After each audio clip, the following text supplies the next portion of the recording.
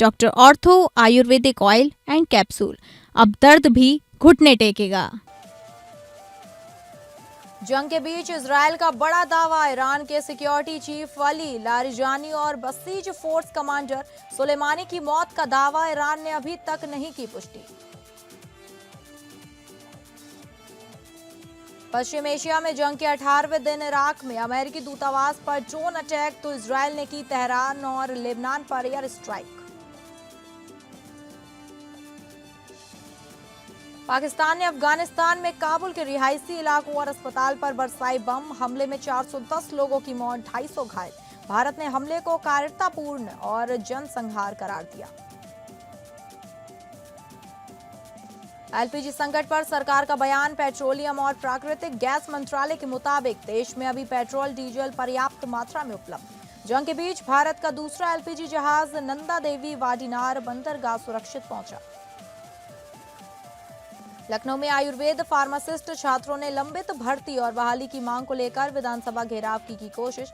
विधानसभा से पहले ही पुलिस ने रोका लंबे समय शुरू की भर्ती प्रक्रिया को जल्द पूरा करने की मांग। छात्रों ने सरकार से जल्द निर्णय लेने की अपील।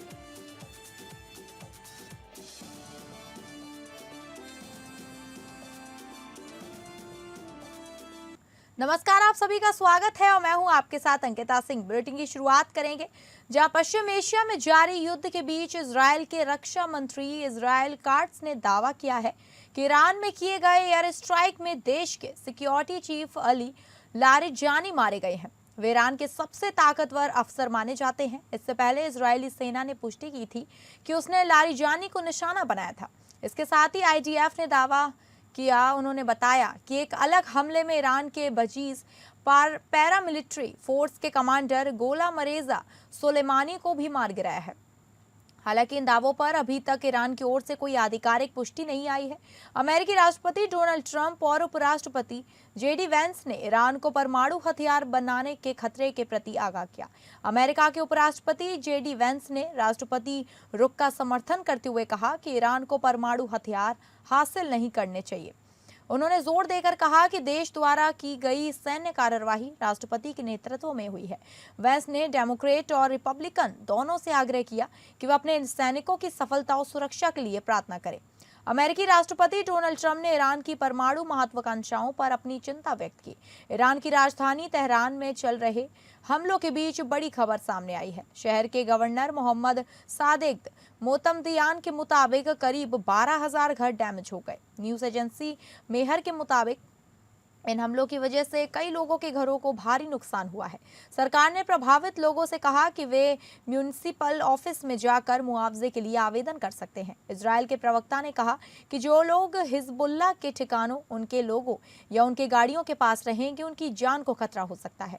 इजरायली सेना ने कहा कि उसने लेबनान के दक्षिणी हिस्से में अपना ग्राउंड ऑपरेशन और आगे बढ़ा दिया है। इस ऑपरेशन में अब सेना की डिवीजन 36 भी शामिल हो गई है।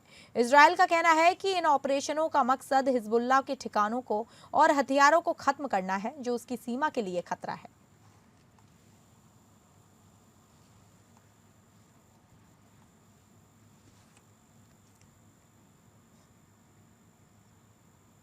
पाकिस्तान ने अफगानिस्तान के काबुल में एक अस्पताल पर जबरदस्त एयर स्ट्राइक की है। इस घटना का एक वीडियो सामने आया है जिसमें दिखाया गया है कि काबुल में एक ड्रग रिहैबिलिटेशन अस्पताल पर पाकिस्तानी हवाई हमले के बाद एक जोरदार धमाका हुआ। पाकिस्तान की ओर से लगातार अफगानिस्तान में रिहायशी इलाकों को निशाना बनाया जा रहा है। हालांकि पाकिस्तान ने अपनी सेना की ओर से अस्पताल पर हमला करने समेत किसी भी नागरिक स्थल को निशाना बनाए जाने से इनकार कर दिया है। इस हमले में 410 लोगों की मौत हो गई जबकि कई अन्य घायल हुए हैं। बचाव दल इमारत में लगी आग पर काबू पाने और पीड़ितों के शवों को निकालने की कोशिश कर रहे हैं। तालिबान सरकार के प्रवक्ता जबीउल्लाह मुजाहिद ने सोशल मीडिया पर कहा कि पाकिस्तान की ओर से किया गया हमला अफगानिस्तान की संप्रभुता का उल्लंघन है। उन्होंने कहा कि हमले में मारे गए और घायल हुए अधिकांश लोग अस्पताल में इलाज करा रहे नशा पीड़ित थे। अफगानिस्तान पर पाकिस्तान के हवाई हमले की भारत ने कड़ी निंदा की है।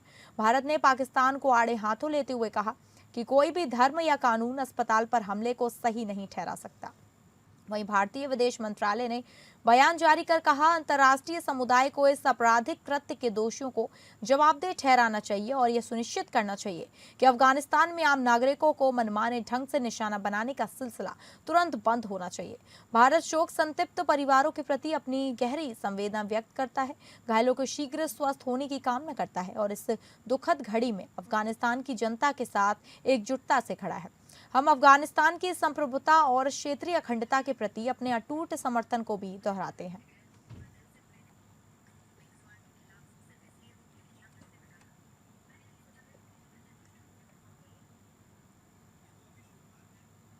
पश्चिम एशिया में जारी संघर्ष के बीच भारत में एलपीजी सिलेंडर, पेट्रोल, डीजल को लेकर सरकार ने कहा है कि एलपीजी सिलेंडर, पेट्रोल, डीजल की पर्याप्त उपलब्धता है। पेट्रोलियम और प्राकृतिक गैस मंत्रालय के मुताबिक देश में अभी पेट्रोल, डीजल पर्याप्त मात्रा में उपलब्ध है। पेट्रोलियम और प्राकृतिक गैस मंत्रालय, विदेश मंत्रालय, पोर्ट्स, शिपिंग और वाटरवेज मंत्रालय और सूचना और प्रसारण मंत्रालय के सीनियर अधिकारियों ने पश्चिम एशिया में चल रहे हालात के जवाब में भारत सरकार द्वारा उठाए गए कदमों के बारे में लेटेस्ट अपडेट दी है। पश्चिम एशिया में हाल के घटनाक्रमों पर अंतर मंत्रालय प्रेस कॉन्फ्रेंसिंग में पेट्रोलियम और प्राकृतिक गैस मंत्रालय के संयुक्त सचिव सुजाता शर्मा ने कहा कि देश में कच्चे तेल की उपलब्धता सामान्य है, पेट्रोल और डीजल पर्याप्त मात्रा में उपलब्ध है। सुजाता शर्मा ने प्रेस कॉन्फ्रेंसिंग में प्राकृतिक गैस के बारे में बताते हुए कहा कि भारत सरकार कोशिश कर रही है, अगर सभी कमर्शियल एलपीजी कंज्यूमर पीएनजी पर शिफ्ट हो जाएं तो यह फायदेमंद होगा। भारत का नंदा देवी जहाज हॉर्मुज स्ट्रेट को पार करके गुजरात के वडीनार पोर्ट पहुंचा। इस जहाज में करीब 46,500 मीट्रिक टन लिक्विफाइड पेट्रोलियम लाई गई है। दीनदयाल पोर्ट अथॉरिटी के चेयरमैन सुशील कुमार सिंह ने जानकारी देते हुए बताया कि यह गैस समुद्र में ही एक जहाज से दूसरे जहाज में ट्रांसफर कर दी जाएगी। इस प्रोसेस की शिप टू शिप ट्रांसफर कहा जाता है। इससे पहले भारतीय जहाज शिवालिक सोमवार को एलपीजी लेकर मुंद्रा पोर्ट पहुंच चुका है। इस जहाज पर करीब 46,000 मीट्रिक टन एलपीजी है, जो लगभग 32.4 लाख घरेलू गैस सिलेंडरों के बराबर है। आपको बता दें कि पश्चिम एशिया में जारी संघर्ष के बीच भारत का दूसरा एलपीजी जहाज नंदा देवी मंगलवार को वाडीनार बंदरगाह सुरक्षित पहुंच गया है। एक अधिकारी ने बताया कि यह जहाज हॉर्मुज जलडमरू मध्य पार कर 46,500 मीट्रिक टन गैस को लेकर आया है। इससे पूर्व पहला जहाज शिवालिक सोमवार को मुंद्रा बंदरगाह पहुंचा था। क्रूड अवेलेबिलिटी सामान्य है। हमारी रिफाइनरीज उच्चतम स्तर पर काम कर रही हैं। रिटेल आउटलेट्स पर कोई शॉर्टेज नहीं है। पेट्रोल और डीजल पर्याप्त मात्रा में उपलब्ध है। नेचुरल गैस के संबंध में जैसा कि मैंने आपको बताया कि भारत सरकार का ये प्रयत्न है कि जो भी कमर्शियल एलपीजी कंज्यूमर्स हैं, अगर वो पीएनजी पर शिफ्ट हों तो अच्छा होगा। इसी दिशा में भारत सरकार भी प्रयासरत है और गेल अथॉरिटी ऑफ इंडिया ने ऑलरेडी सभी सीजीडी कंपनीज के साथ मीटिंग की। इसके अलावा पीएनजीआरबी ने भी एक एडवाइजरी इशू की। हमारी CGD companies like IGL, MGL, GAIL India और बीपीसीएल, ये सारी कंपनी जो भी उपभोक्ता पीएनजी कनेक्शन लेना चाहते हैं उनके लिए तरह तरह के इंसेंटिव घोषित किए हैं। झारखंड विधानसभा परिसर स्थित विधानसभा औषधालय में आज स्वैच्छिक रक्तदान शिविर का आयोजन किया गया। इस अवसर पर मुख्यमंत्री हेमंत सोरेन ने स्वयं रक्तदान करते हुए शिविर का शुभारंभ किया, जहां स्वैच्छिक रक्तदान शिविर का आयोजन किया गया। इस खास मौके पर मुख्यमंत्री ने स्वयं रक्तदान कर कार्यक्रम का शुभारंभ किया और समाज को एक मजबूत संदेश दिया। मुख्यमंत्री ने कहा कि रक्तदान एक ऐसा महान कार्य है जो सीधे किसी की जिंदगी बचाने से जुड़ा है। उन्होंने इसे सबसे बड़ा मानवीय दान बताते हुए सभी जनप्रतिनिधियों, अधिकारियों और कर्मचारियों से अपील की है कि वे इस पुनीत कार्य में बढ़ चढ़कर हिस्सा लें। उन्होंने आगे कहा कि अगर समाज का हर व्यक्ति नियमित रूप से रक्तदान करने की आदत डाल ले तो देश में खून की कमी से किसी की जान नहीं जाएगी। इस अवसर पर विधानसभा अध्यक्ष रविंद्रनाथ महतो, मंत्रीगण, विधायकगण तथा विधानसभा के अधिकारी एवं कर्मचारी उपस्थित रहे और उत्साहपूर्वक रक्तदान किया। सभी ने उत्साह के साथ रक्तदान कर इस जनसेवा अभियान को मजबूती दी।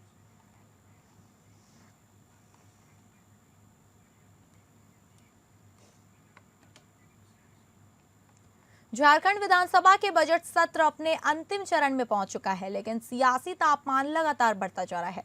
आज भी सदन के भीतर और बाहर सत्ता पक्ष और विपक्ष के बीच तीखी जुबानी जंग देखने को मिली। केंद्रांश की कमी, नल जल योजना और मैया सम्मान योजना जैसे अहम मुद्दों को लेकर बीजेपी और कांग्रेस के विधायक आमने सामने आ गए। विपक्ष ने सरकार पर आरोप लगाया कि सदन में सवालों के जवाब सिर्फ औपचारिकता निभाने के लिए दिए जा रहे हैं, जबकि जमीनी हकीकत तो कुछ और ही है। सदन परिसर में बीजेपी विधायक रागिनी सिंह और उज्जवल दास ने सरकार पर जमकर निशाना साधा। दोनों विधायकों ने केंद्रांश के मुद्दे पर सरकार को घेरते हुए कहा कि विकास योजनाएं प्रभावित हो रही हैं और जनता को उसका खामियाजा भुगतना पड़ रहा है। वहीं कांग्रेस विधायक नमन विस्कल कोंगाड़ी ने बीजेपी पर पलटवार करते हुए कहा कि विपक्ष सिर्फ राजनीतिक लाभ के लिए मुद्दों को तूल दे रहा है, जबकि सरकार योजनाओं को धरातल पर उतारने के लिए प्रतिबद्ध है। कुल मिलाकर बजट सत्र के अंतिम दौर में भी झारखंड विधानसभा का माहौल गर्म है और आने वाले दिनों में यह सियासी घमासान और तेज होने के आसार हैं। पक्ष का कहना है कि सरकार सत्ता पक्ष जो है सो रटा जवाब देती है, किसी भी तरह का सवाल किया जाए। क्या कहना है आपका? हमारे देश के प्रशासनिक ढांचा को अगर आप देखेंगे तो यह संघीय ढांचा पर आधारित है, और जो टैक्स प्रणालियों को भी देखेंगे तो जो 70% जो टैक्स है वो सेंट्रल गवर्नमेंट के द्वारा कलेक्शन किया जाता है। मेरा कहना है कि 2-4 जगह एनओसी के कारण दिक्कतें आ रही हैं। तो माननीय मंत्री जी जब ये बात बोलेंगे तो विभाग के लोग कितना लपड़वाए, तो ये काम तो माननीय मंत्री जी ही स्पष्ट करेंगे। केंद्र का है, कहीं जो रोड जो एनएच का रोड है, तो ये सब चीज़ें मिलाकर माननीय मंत्री जी कुछ अपना बात को रखे और बोले कि जैसे सदन खत्म होता है उसके बाद हम लोग एक कमेटी बनाकर और माननीय हाँ जिस तरह से वो बातें किए और जिस तरह से मेरा आंसर आया था उसमें हम कुछ संतुष्ट भी थे, लेकिन हम इतना संतुष्ट तभी होंगे कि जब मेरा काम पूरा तरह से धरातल पर उतर जाए, क्योंकि ये काम बहुत लंबा समय से चल रहा है। हम लोगों ने सवाल बहुत किए, जवाब भी मिला है, और जवाब वही सरकार का पुराना राग।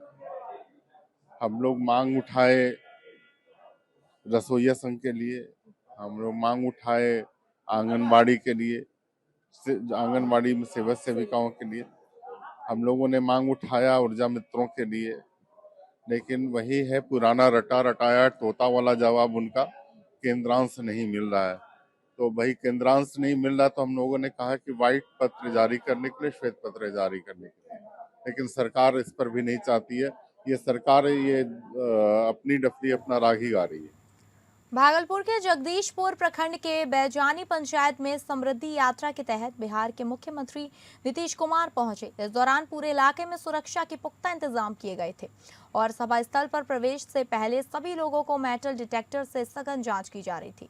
समृद्धि यात्रा के इस कार्यक्रम में जीविका दीदियों के साथ हजारों की संख्या में महिलाओं की मौजूदगी देखने को मिली, जिससे पूरा माहौल उत्साह और ऊर्जा से भर गया। मुख्यमंत्री नीतीश कुमार सबसे पहले हवाई अड्डा पहुंचे, उसके बाद उन्होंने बौसी रेलवे अंडरपास का निरीक्षण किया। इसके बाद वे बैजानी पंचायत पहुंचे, जहां सीएम कन्या विवाह योजना के तहत विवाह मंडप का शिलान्यास किया और विभिन्न सरकारी योजनाओं का जायजा लिया। इसके बाद मुख्यमंत्री बैजानी सभा स्थल पहुंचे, जहां उन्होंने प्रगति यात्रा के संकल्प का अवलोकन किया।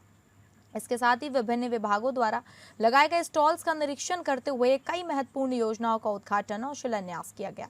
कार्यक्रम के दौरान मुख्यमंत्री ने वरीय पदाधिकारियों के साथ जिले में चल रही योजनाओं की समीक्षा की और आम लोगों से सीधा संवाद भी किया। इस मौके पर भागलपुर जिले को बड़ी सौगात देते हुए सीएम ने कुल 171 करोड़ रुपए की लागत से 88 योजनाओं का उद्घाटन और शिलान्यास किया। वहीं कार्यक्रम में मौजूद महिलाओं ने भावुक होते हुए सीएम के प्रति अपना आभार व्यक्त किया। सबसे पहले मैं पत्र बंधु को नमस्ते करती हूँ, शुभकामनाएं देती हूँ। आज हमारे माननीय मुख्यमंत्री जी नीतीश कुमार जी का ये अंतिम कहिए विदाई, हम लोग बहुत दुखित हैं। उन्होंने जो महिलाओं के लिए किया है अभी तक में कोई मुख्यमंत्री काम नहीं किए हैं। महिलाओं को, बच्ची के लिए, महिलाएं हर क्षेत्र में जो हमारी महिलाएं घर में थी वो कभी बाहर का देखेंगे कैसे वो बाहर निकाले।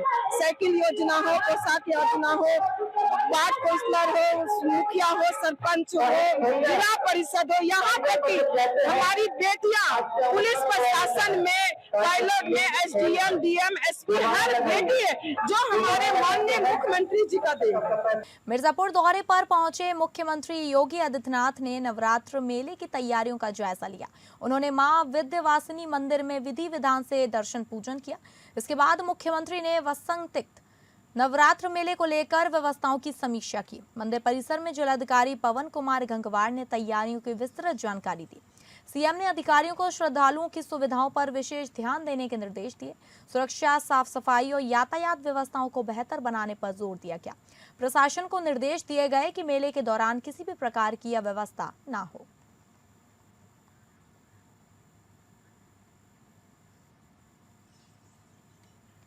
देवरिया में प्रभारी मंत्री दयाशंकर सिंह का एक वीडियो सोशल मीडिया पर तेजी से वायरल हो रहा है। वीडियो में मंत्री एक शिक्षक प्रतिनिधिमंडल के सदस्य पर नाराज होते हुए नजर आ रहे हैं।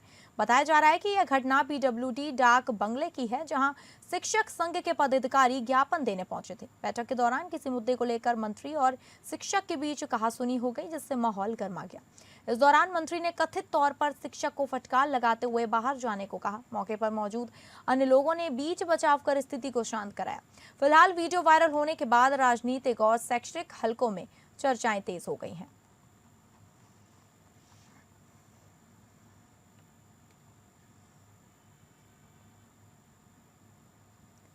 लखनऊ में आयुर्वेदिक फार्मासिस्ट अभ्यर्थियों ने मंगलवार को हाथ में छोटे छोटे कंटेनर लेकर प्रदर्शन किया। उनका कहना था कि उन्हें भीख मांगने पर मजबूर किया जा रहा है। वे बेरोजगारी में आत्महत्या कर लेंगे। वे हजरतगंज चौराहे से विधानसभा का घेराव करने जा रहे थे। विधानसभा से पहले ही पुलिस ने उन्हें जीपीओ के पास रोक लिया। उन्हें हिरासत में लेकर इको गार्डन ले गए। अभ्यर्थियों का कहना है कि 2024 की भर्ती प्रक्रिया में देरी हो रही है। वैकेंसी का फॉर्म भरवाने के बाद मामला कोर्ट में चला गया। 53 तारीखें लग चुकी हैं, लेकिन अभी तक कोई फैसला नहीं आया है। आज भीख मांग रहे हैं, बेरोजगारी में आत्महत्या कर लेंगे, हमें समाधान चाहिए। प्रदर्शन कर रहे अभ्यर्थियों ने मांग की है कि कोर्ट में बेंच वाइज निर्णय कराकर प्रक्रिया को आगे बढ़ाया जाए। उन्होंने ये भी सुझाव दिया कि आवश्यक हो तो सरकार उत्तर प्रदेश अधीनस्थ सेवा चयन आयोग के माध्यम से लिखित परीक्षा आयोजित कर भर्ती प्रक्रिया पूरी कराए।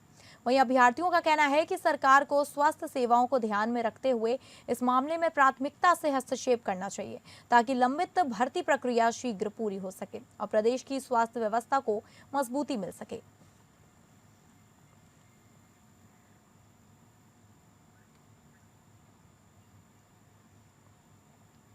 अयोध्या में गैस सिलेंडरों की भारी किल्लत को लेकर समाजवादी पार्टी की महिला विंग सड़कों पर उतर आई। जिला अध्यक्ष सरोज यादव के नेतृत्व में सैकड़ों महिला कार्यकर्ताओं ने जोरदार प्रदर्शन किया और सरकार के खिलाफ नारेबाजी की।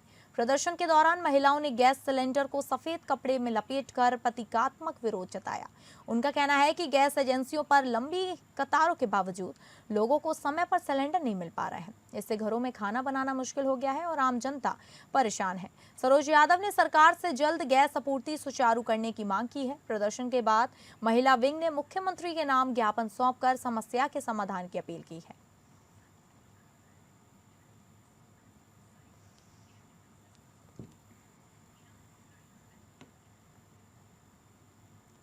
बाराबंकी जिले में जारी एलपीजी गैस सिलेंडर की किल्लत अब अपराध की नई वजह बनती जा रही है। जहां एक और जिले की जनता लकड़ी उपले और कोयले के धुएं में गुजर बसर करने को मजबूर है, तो वहीं दूसरी ओर सिलेंडर की कमी ने अपराधियों को सरकारी संपत्तियों की ओर मोड़ दिया है।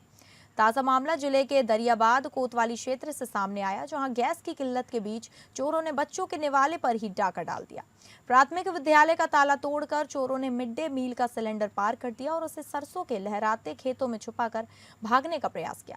घटना सोमवार सुबह की है, जब सराय शाह आलम ग्राम पंचायत के प्रधान प्रतिनिधि फुरकान अहमद सुबह टहलने के लिए निकले थे। इसी दौरान उन्हें सरसों के खेत में एक युवक संदिग्ध अवस्था में सिलेंडर को छुपाते हुए भागता दिखा।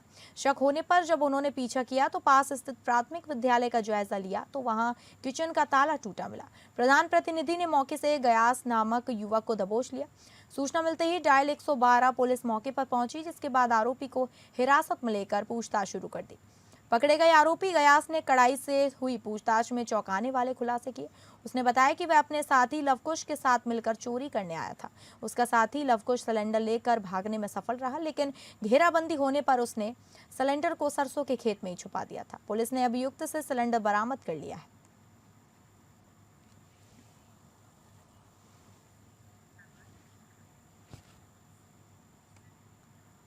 कल्याण पूर्व से एक बेहद चौंकाने वाली खबर सामने आई है, जहां साइबर ब्लैकमेलिंग से परेशान एक फार्मा कंपनी के वरिष्ठ कर्मचारी ने आत्महत्या कर ली। जानकारी के अनुसार मृतक पिछले कई महीनों से साइबर अपराधियों द्वारा ब्लैकमेलिंग का शिकार हो रहा था, जिससे वह मानसिक रूप से बेहद तनाव में था।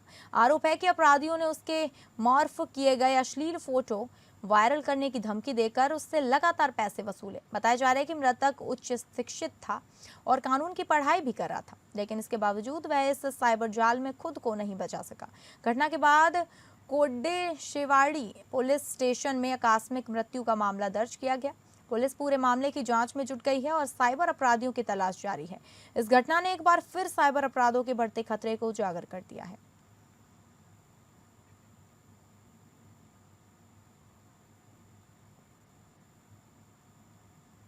तो फिलहाल इस बुलेटिन में इतना ही। नमस्कार।